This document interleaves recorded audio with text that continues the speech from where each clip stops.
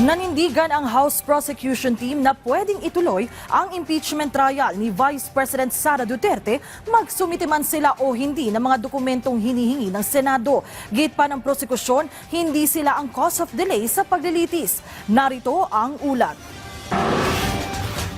Nanindigan ang House Prosecution Team na hindi sila ang may kasalanan kung bakit natatagalan ang pag-arangkada ng impeachment trial ni Vice President Sara Duterte. Ayon kay San Juan City Representative Isabel Zamora, isa sa mga impeachment prosecutor ng Kamara, maaari namang ituloy ang paglilitis magsumiti man sila o hindi ng mga dokumentong hinihingi ng Senado. Kabilang kasi sa mga pinapasumite sa kanila ng Senate Impeachment Court ang sertipikasyon na magpapatunay na sumunod sila sa konstitusyon sa paghahain ng verified complaint at ang resolusyon mula sa 20th Congress na magsasabing tuloy lang ang gagawin nilang pagtutok sa reklamo hanggang sa susunod na Kongreso.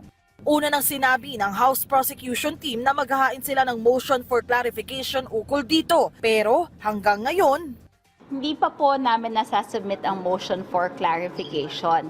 We have to remember that the proceedings can proceed independently of these requirements made by the Senate.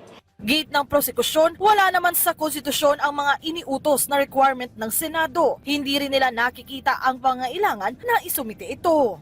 Gusto ko pong ipaalam sa lahat na yung pag-issue po ng Kongreso ng Articles of Impeachment noong February is certification in itself that we complied with the requirements of the Constitution and of the House of Representatives. Further, yung second po na hinihingi ng ating impeachment court ay hindi naman po magagampanan ng ating Kongreso ngayon dahil that is a directive addressed to the 20th Congress which is not yet in existence as of the moment.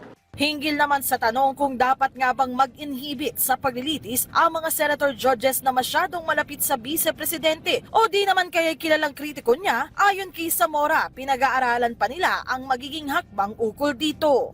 We are discussing that as a panel, but sa totoo lang po ang paniwala namin, it is a voluntary act on the part of the judges.